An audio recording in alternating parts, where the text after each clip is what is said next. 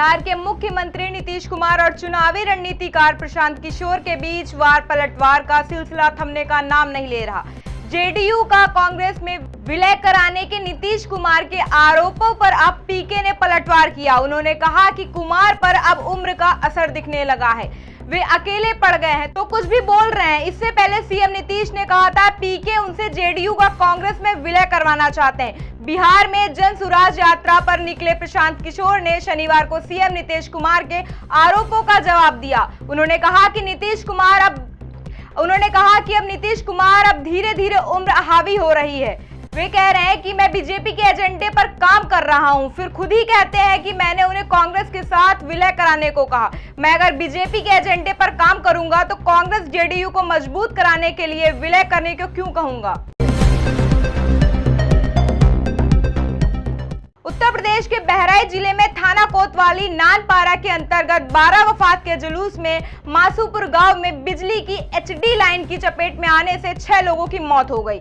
वहीं 2 की हालत अभी भी गंभीर बनी हुई है। उन्हें सामुदायिक स्वास्थ्य केंद्र नानपारा लाया गया है, जहां उनका इलाज चल रहा है। 3 लोगों को जिला अस्पताल रेफर किया गया था। घटना को लेकर सीएम योगी आदित्यनाथ ने दुख जताया। मुख्यमंत्री कार्यालय द्वारा किए गए एक ट्वीट में कहा गया, मुख्यमंत्री योगी आदित्यनाथ ने जनपद बहराइच में जुलूस के दौरान हुए हादसे में हुई जनहानि पर गहरा दुख प्रकट किया। मुख्यमंत्री ने दिवंगतों की आत्मा की शांति की कामना करते हुए शोक संत परिजनों को प्रति संवेदना व्यक्त की है।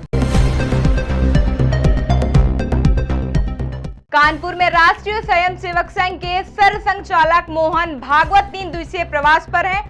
रविवार को भागवत नाना राव पार्क में आयोजित महर्षि वाल्मीकि जन्मोत्सव पर कार्यक्रम में पहुंचकर पार्क में स्थापित वाल्मीकि, डॉक्टर भीमराव अम्बेडकर सहित कई अन्य महापुरुषों की प्रतिमा पर माल्यार्पण कर उन्हें श्रद्धांजलि दी। उन्होंने कहा कि वाल्मीकि समाज को संघ की शाखाओं में जाकर स्वयं सेवकों से संपर्क कर देश के उत्थान में समर्पण भाव से योगदान करने का प्रयास करना चाहिए। महर्षि वाल्मीकि से संवेदना, समर्पण और कर्तव्य की भावना समाज के लोगों को सीखनी होगी। बाबा साहब डॉक्टर भीमराव अम्बेडकर ने संविधान में समाज को अधिकार देने के लिए कानून स्थापित किया, लेकिन सिर्फ कानून स्थापित करने से ही सब कुछ नहीं होगा। हमारे मन में देश और अपने आप को आगे ले जाने का संकल्प होना आवश्यक है। शिवसेना के चुनाव निशान धनुष बाण पर चुनाव आयोग के फैसले के बाद शरद पवार ने अपनी पहली प्रतिक्रिया देते हुए कहा कि उन्हें पहले ही संकेत लग रहे थे कि इस तरह से ही फैसला होगा। इसके लिए मुझे कोई अफसोस नहीं। इस तरह के निर्णय कौन लेता है ये तो हमें पता नहीं, लेकिन इस तरह के निर्णय गुजरात से लिए जाते हैं। इस तरह की जानकारी मुझे समझ में आई। पवार ने कहा चुनाव का निशान रहे या न रहे, आने वाले चुनाव को लेकर तैयारी करनी चाहिए। पवार ने कहा कि मैं नाम का सुझाव नहीं दे सकता, लेकिन शिवसेना बाला साहब ठाकरे हो सकता है।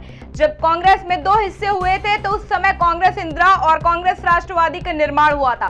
साथ ही शरद पवार ने कहा कि शिवसेना भी खत्म नहीं होगी, बल्कि आने वाले समय में जोर से बढ़ेगी और अपनी शक्ति भी बढ़ाएगी।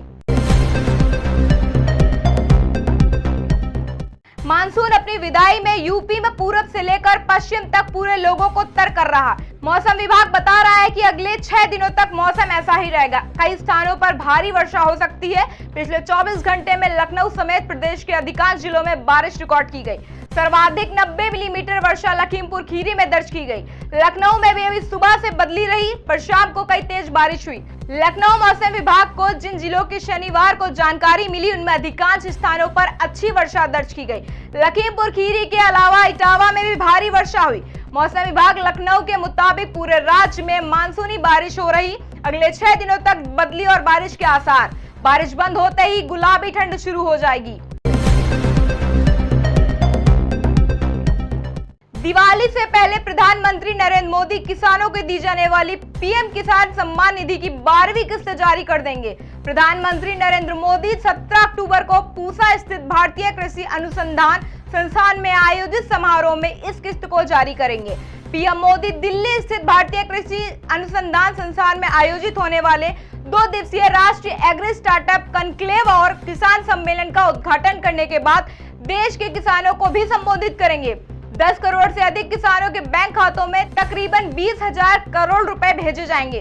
पीएम किसान सम्मान निधि से देश के कुल 11.30 करोड़ रुपए किसानों को 11 किस्तों में कुल 2.10 लाख करोड़ रुपए दिए जा चुके हैं। सम्मेलन में देश भर से तकरीबन 25,000 से अधिक उन्नत खेती करने वाले किसानों को आमंत्रित किया गया है। पंजाब के कुछ किसानों ने फसलों के अवशेषों का स्थायी तरीके से समाधान करना शुरू कर दिया, चाहे वे प्राकृतिक उर्वरक के तौर पर इसका इस्तेमाल करके हो या ईंधन उत्पादन के लिए इसे बेचकर। आमतौर पर फसलों के अवशेष जला दिए जाते हैं, जो वायु प्रदूषण का सबब बनता जा रहा है। किसान अब पराली में आग लगने की बजाय इसे प्राकृतिक उर्वरक के रूप में उपयोग कर रहे हैं या ईंधन बनाने के लिए बेच रहे हैं। प्रदेश के किसानों ने न केवल फसल अवशेषों का मिट्टी में मिलाकर उर्वरक की खपत को कम किया, बल्कि अन्य उत्पादकों की पराली का प्रबंधन करके इसे पैसा कमाना भी शुरू किया गया। त्योहारों में हर कोई व्यक्ति अपने घर जाना चाहता है। सबकी कोशिश होती है कि वे त्योहार अपनों के साथ अपने घर पर मनाएं। दिवाली और छठ पूजा में खासकर ट्रेन में टिकटों की मारामारी हो रही। भारतीय रेलवे की ओर से यात्रियों की सुविधा के मद्देनजर कई बड़े प्रयास इस दौरान किए जाते हैं। भारतीय रेलवे का प्रयास रहता है कि घर जाने की इच्छा रखने वाला हर कोई व्यक्ति सही सलामत और आराम से अपने घर जाकर त्योहार मना सके। इस कड़ी में रेल मंत्रालय ने आगामी छठ के पूजा के मद्देनजर ट्रेनों में अतिरिक्त भीड़ से निपटने और यात्रियों को ज्यादा सुविधा देने के लिए 358 स्पेशल ट्रेनों के 2200 से ज्यादा लगाने का फैसला किया। इस फैसले के बाद यात्रियों का रेल सफर बेहद आसान और सुगम हो सकेगा। दिल्ली के मुख्यमंत्री और आप संयोजक अरविंद केजरीवाल गुजरात दौरे पर गए। केजरीवाल ने गुजरात में आम पार्टी की सरकार बनने पर गुजरात की महिलाओं के खाते में 1000 रुपए भेजने का ऐलान किया। आज यानी रविवार को केजरीवाल एक जनसभा को संबोधित कर रहे हैं। ये जनसभा केजरीवाल के साथ पंजाब के मुख्यमंत्री भगवंत मान भी मौजूद थे। जनसभा को संबोधित करते हुए केजरीवाल ने माइक पर गुजराती में कहा कि मैं अपनी बहनों से कहना चाहता हूं, उन्हें अब चिंता करने की कोई जरूरत नहीं, तुम्हारा भाई आ गया। बता दें कि गुजरात में इस साल दिसंबर में विधानसभा चुनाव होना है। आम आदमी पार्टी के दोनों नेता आदिवासी बहुल वालसाड जिले के धर्मपुर और सूरत जिले के कड़ोदरा में जनसभाओं को संबोधित कर रहे थे।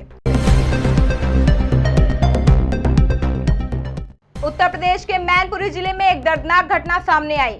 रेप के बाद दरिंदों ने सरेआम पीड़िता के ऊपर पेट्रोल डालकर जला दिया। जानकारी के मुताबिक 15 साल की किशोरी के साथ 3 माह पहले बलात्कार किया गया था। बलात्कार के बाद पीड़िता के गर्भवती होने के बाद आरोपी पक्ष ने पेट्रोल डालकर किशोरी को आग लगा दी। आरोपी के भाई ने इस घटना को अंजाम दिया। फिलहाल किशोरी को गंभीर हालत में सैफई पीजीआई में भर्ती कराया गया। वहीं पुलिस ने आरोपी भाई सहित 3 लोगों के खिलाफ मुकदमा दर्ज किया है।